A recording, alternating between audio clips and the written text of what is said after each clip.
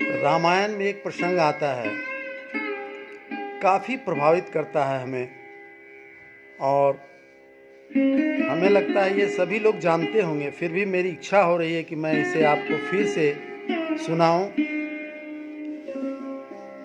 रामचंद्र जी जब अंत में ये निर्णय कर लेते हैं कि अब मुझे लंका पर आक्रमण करना है, तो अपने मंत्रियों सेनाओं के साथ समुद्र के किनारे पहुंचते हैं। उनके सेना में दो ऐसे महान सेना थे, नल और नील, जो पत्थर उठाते और उसमें श्री राम लिखते और समुद्र के पानी में उसे छोड़ते, पत्थर तैरने लगता। नतीजतन सेतु का निर्माण होना शुरू हो गया।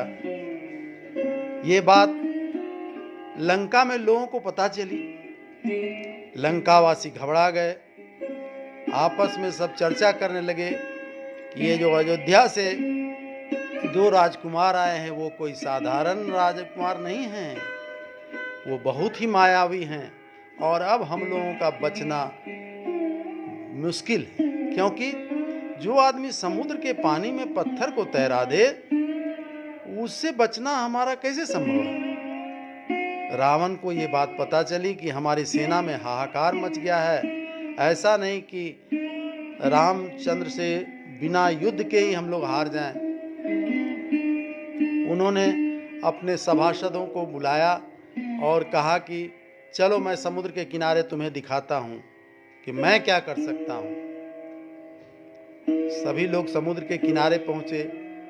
रावण भी एक पत्थर उठाया और उस पत्थर में लिखा रावण। रावण लिखने के बाद वो पत्थर को समुद्र के पानी में छोड़ दिया। वो पत्थर भी तैरना शुरू हो गया। तब लंका के लोग सोचे कि अरे यार, मेरा तो राजा भी बहुत महान है, ये भी तो सब कलाकारी जानता है, तो हम लोगों को डरने का क्या बात है। और सब वहां से निश्चिंत होकर घर चले गए और घर जाकर इत्मीनान से सोने लगे।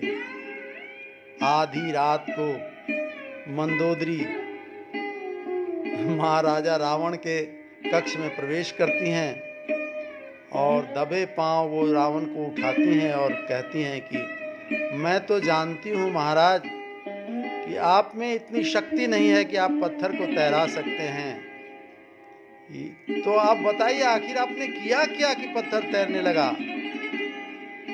रावण बोले, मंदोदरी मैंने कुछ नहीं किया, पत्थर उठाया और उसमें रावण लिखा और समुद्र के पानी में उसे छोड़ते समय मैंने कहा कि ऐ पत्थर, तुझे श्री राम की सौगंध, अगर तू नीचे डूबा तो। यही कारण है कि वो पत्थर तैरने लगा। राम की ऐसी महिमा कि सौगंध देने पर भी पत्थर तैरने लगता है।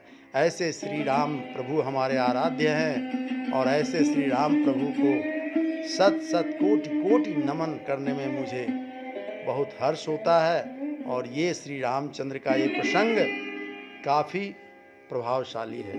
धन्यवाद।